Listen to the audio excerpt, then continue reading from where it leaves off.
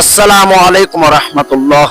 সম্মানিত প্রিয় দর্শকবিন্দু, আশা করি আপনারা সকলেই আল্লাহর অশেষ মেহেরবানি ও দয়ায় ভালো আছেন।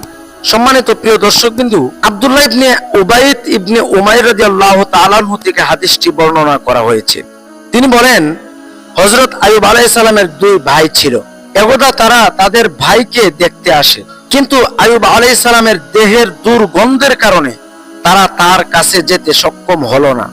তারা দূরে দাঁড়িয়ে থাকে।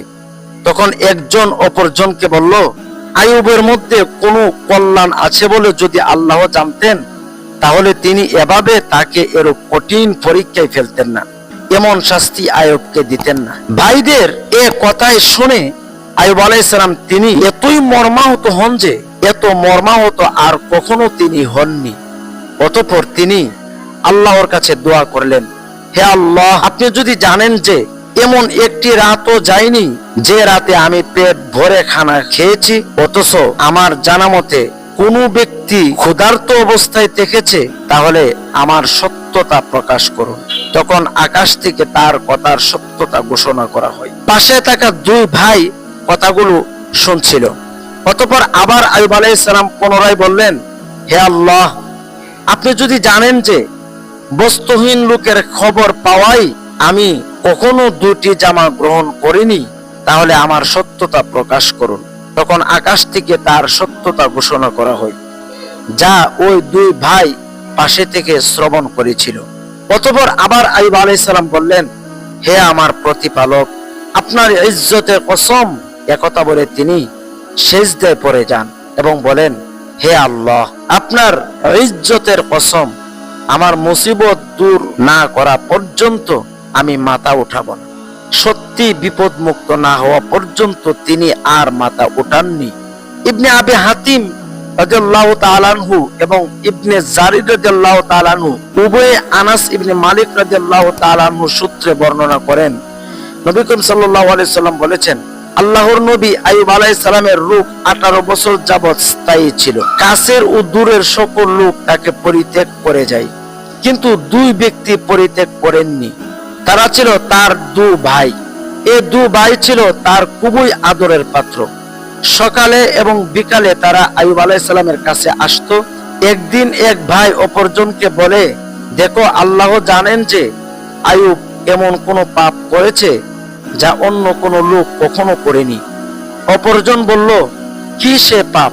সে বলল, আজ 18টি বছর সে রোগে ভুগছে, আল্লাহ তাকে রহমত করেননি, রোগ থেকে মুক্তি দেননি। বিকেলে যখন তারা আসলো, তখন দ্বিতীয় ভাইটি আর ধৈর্য ধরতে পারল না, আইয়ুব আলাইহিস সালামের কাছে তা বলে দিল। হযরত আইয়ুব আলাইহিস সালাম বললেন, তুমি কি বলেছো তা আমি বুঝি না, তবে আল্লাহ জানেন। একদা আমি দুই ব্যক্তির পাশ দিয়ে যাচ্ছিলাম যারা পরস্পর ঝগড়া করছিল এবং আল্লাহর জিকির করছিল। আমি বাড়িতে প্রত্যাবর্তন করলাম এবং তারা যে অনুপযুক্ত পরিবেশে আল্লাহর জিকির করেছে, সেজন্য তাদের পক্ষ থেকে আমি কাফারা আদায় করি। হযরত আইয়ুব আলাইহিস সালাম প্রাকৃতিক প্রয়োজনে বাহিরে যেতেন। প্রয়োজন শেষ হলে স্ত্রী তার হাত ধরে আনতেন এবং বিছানায় রাখতেন। একদা স্বামীর কাছে আসতে স্ত্রী দেরি হয়। এ সময় আল্লাহ আইয়ুব আলাইহিস সালামের কাছে ওহী পাঠালেন, মাটিতে আঘাত করো, এই তো গোসলের ও পান করার ঠান্ডা পানি। বেশ কিছু সময় দেরি করে স্ত্রী আজ আইয়ুব আলাইহিস সালামের কাছে আসলেন এবং তাকে দেখতে লাগলেন। হযরত আইয়ুব আলাইহিস সালাম পূর্বের চেয়েও অধিক সুন্দর ও সুস্থবান হয়েছেন। তিনি এই অবস্থায় স্ত্রীর সম্মুখে আসলেন।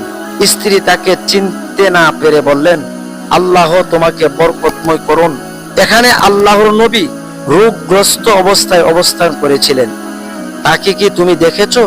আল্লাহর কসম, ওই নবী রোগে পড়ার পূর্বে যখন সুস্থ ছিলেন, তখন তার যে চেহারা ছিল, সে চেহারার সাথে তোমার চেহারার নেই অধিক মিল পাওয়া যায়, এবং এত মিল চেহারা আমি আর কাউকে দেখিনি।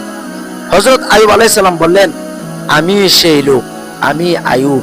হযরত আইয়ুব আলাইহিস সালামের বাড়িতে দুটি উঠান ছিল, একটি গম মারানোর এবং আরেকটি জবের। আল্লাহ দুই খণ্ড মেঘ পাঠিয়ে দেন। একটি খণ্ড গমের উঠানের উপর এসে স্বর্ণ বর্ষণ করে পর্যাপ্ত বর্ষণের ফলে তা পরিপূর্ণ হয়ে গড়িয়ে যেতে থাকে। অপর খণ্ডটি জবের উঠানে উপরে রূপ বর্ষণ করে, যা পরিপূর্ণ হয়ে গড়িয়ে যেতে থাকে। উক্ত সকল বর্ণনা ইবনে জারির রাদিয়াল্লাহু তাআলা আনহু, ইবনে হিব্বান রাদিয়াল্লাহু তাআলা আনহু তার সহিহ গ্রন্থে পাওয়া যায়। এই ব্যাপারে হযরত ইবনে আব্বাস রাদিয়াল্লাহু তাআলা আনহু বলেন, আল্লাহ হযরত আইয়ুব আলাইহিস সালামকে পূর্বের সম্পদ ও সন্তান অবিকল ফিরিয়ে দেন এবং সেই সাথে সমপরিমাণ অতিরিক্ত দান করেন। ওয়াহাব ইবনে মুনাবিয়াহ রাদিয়াল্লাহু তাআলা আনহু বলেন, আল্লাহ তাকে ওহীর মাধ্যমে জানান, আমি তোমার সন্তানাদি ও তোমার ধন সম্পদ ফিরিয়ে দিয়েছি এবং আরো সমপরিমাণ দান করেছি। সুবহানাল্লাহ। এখন এই পানি দ্বারা তুমি গোসল করো, কারণ এর দ্বারা তুমি আরোগ্য লাভ করবে। তোমার আপনজন ও আত্মীয় স্বজনদের পক্ষ থেকে কোরবানি দাও এবং তাদের জন্য ক্ষমা চাও, কেননা তোমার ব্যাপারে তারা আমার অবাধ্যতা করেছে। হযরত ইবনে আব্বাস রাদিয়াল্লাহু তাআলা আনহু থেকে বর্ণনা করেন যে আল্লাহ আইয়ুব আলাইহিস সালামের স্ত্রীকে যৌবন ফিরিয়ে দেন এবং স্ত্রীকে পূর্ব অপেক্ষা অধিক সুশ্রী করে দেন। এমনকি আরো 26 জন পুত্র সন্তানও তার গর্ভে জন্মগ্রহণ করেন। সুবহানাল্লাহ। রোগ থেকে মুক্তি লাভের পর আইয়ুব আলাইহিস সালাম 70 বছর জীবিত ছিলেন। তিনি রোম দেশে বসবাস করতেন এবং দ্বীনে হানিফ তথা সত্য ধর্মের উপরে প্রতিষ্ঠিত ছিলেন।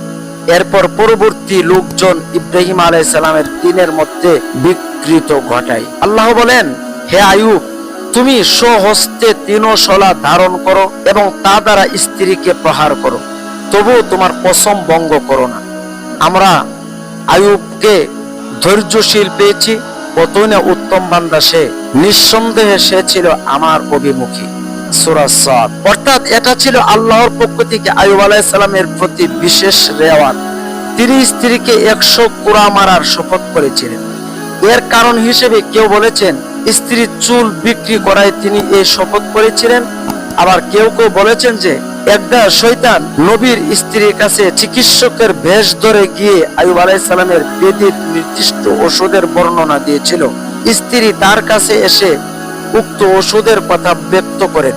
তিনি বুঝতে পারলেন যে এটা শয়তানের কাজ। তখন তিনি কসম করেন যে স্ত্রীকে 100 কোড়া মারবেন। রোগ মুক্তির পর আল্লাহ তাআলা জানালেন যে শস্যের গোছার মতো এক গোছা তিনও একত্রিত বেঁধে একবার স্ত্রীকে মারো, এতে 100 কোড়া মারা হয়েছে বলে গণ্য হবে। সুবহানাল্লাহ। অর্থাৎ গমের যে ডাটা, এই ডাটা এক মুষ্টি করলেই প্রায় 100 হয়ে যায়। আল্লাহ তাআলা এটাই বোঝাইতে চাইছিলেন যে এরকম 100টা নিয়ে তুমি একবার মারো, তাহলে 100 বেতের আঘাত বা 100 কোড়া মারা হয়ে যাবে এবং এতে কসমের কাফারা হয়ে যাবে এবং কসম ভাঙ্গার গুনাহও হবে না। এটা হলো মুক্তির সহজ ব্যবস্থা এবং এমন ব্যক্তির কসম থেকে নিষ্কৃতি লাভের উপায়।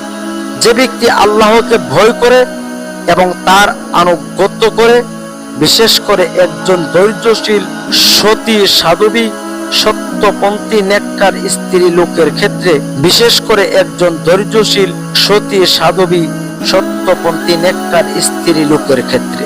হযরত ইবনে জারির রাদিয়াল্লাহু তাআলা আনহু এবং প্রমুখ তাফসীরবিদগণ লিখেছেন যে হযরত আইয়ুব আলাইহিস সালাম 93 বছর বয়সে ইন্তিকাল করেন।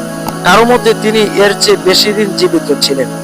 মুজাহিদ রাদিয়াল্লাহু তাআলা আনহুর সূত্র লাইস বর্ণনা করেন যে কিয়ামতের দিন আল্লাহ দলিল হিসেবে ধনীদের বিরুদ্ধে সুলাইমান আলাইহিস সালামকে, দাসদাসীর বিরুদ্ধে ইউসুফ আলাইহিস সালামকে এবং মুসিবত ও বিপদগ্রস্তদের মোকাবিলায় আইয়ুব আলাইহিস সালামকে পেশ করবেন। সুবহানাল্লাহ। ইবনে আসাকির রাদিয়াল্লাহু তাআলা বর্ণনা করেন যে মৃত্যুকালে হযরত আইয়ুব আলাইহিস সালাম তার পুত্র হাওমালকে ওসিয়ত করেন যে তারপরে বিশর ইবনে আইয়ুব তার স্থলাভিষিক্ত হন।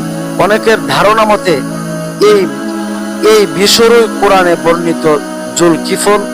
এদের ধারণা হিসেবে তিনি নবী এবং 75 বছর বয়সে তিনি ইন্তিকাল করেন এবং মৃত্যুকালে তিনি তার সন্তানদেরকে ভালো ভালো ওসিয়ত করে যান।